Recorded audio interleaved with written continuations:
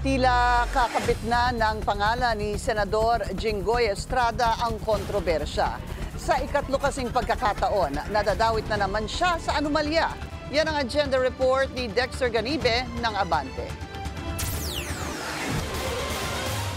Senator Jinggoy Estrada, the bad one came at 9:09.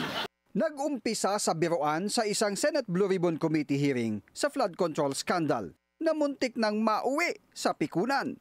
Silang tanong ko, Senador, meron ba? Your Honor, wala po. Sigurado ka? Safe ka na? Sigurado po. I resent that statement, Mr. Chair. I resent that statement. Safe ka na. Okay. Diba? Safe na. Kapal ng mukha mo. Pero napika na sa Estrada nang idawit ni Engineer Bryce Hernandez ang pangalan niya sa pagdinig sa Kamara. Tumanggap daw ang senador ng kickback mula sa flood control project sa Bulacan. Si Senator Jinggoy po ay nagbaba ng 355 million ngayong 2025 sa mga ilang projects sa Bulacan. At ang kanyang SOP dito ay 30% as per our District Engineer Henry Alcantara. I have been jailed. I have been vilified, crucified, and publicly humiliated. But I will never allow the likes of Bryce Fernandez to turn the tables on me.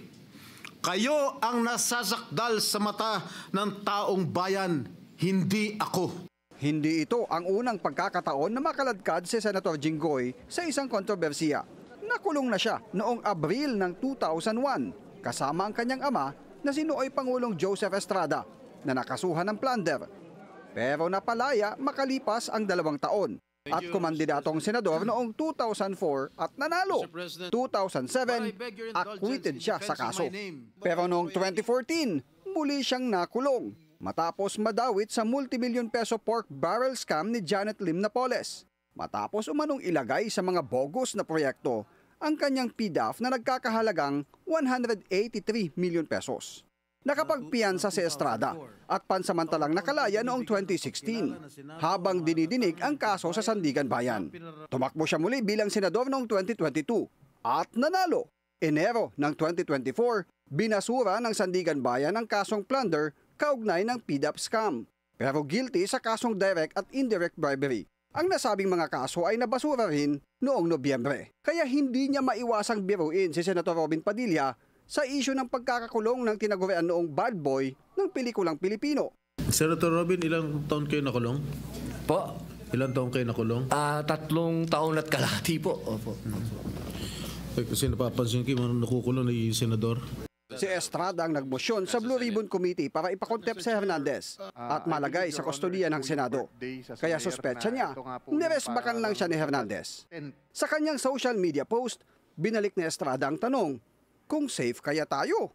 Caption sa kanyang posted na larawan ng mga batang Tereredon at Bryce Hernandez na magkaklase raw sa Lourdes School of Quezon City. Bagay na itinama naman ng ilang netizen na batchmate ang dalawa at magkaibang section sila. Para sa agenda, Dexter Ganibe, Abante!